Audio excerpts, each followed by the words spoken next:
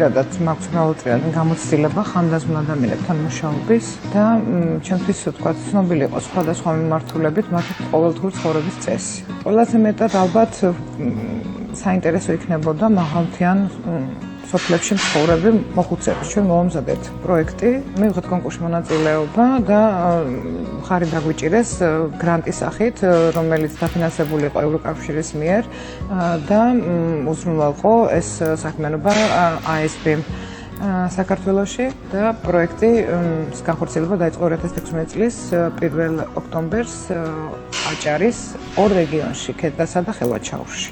მათთვის ყველაზე რთული იყო ის, როცა მარტო რჩებოდნენ სახლში ღამის განმავლობაში და გვინდოდა რომ მაქსიმალურად შეგვექმნა იმის შესაძლებლობა, რომ მათი სიცოცხლე ყოფილიყო დაცული.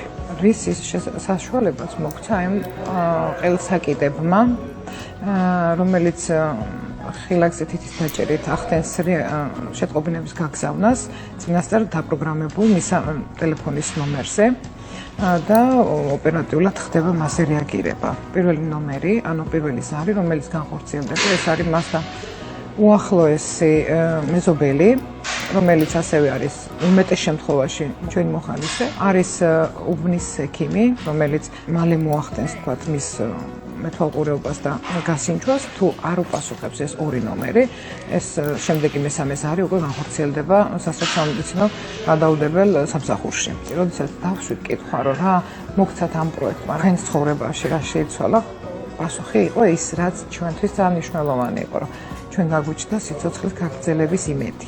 ჩვენ აღარ აგვაქვს შიში.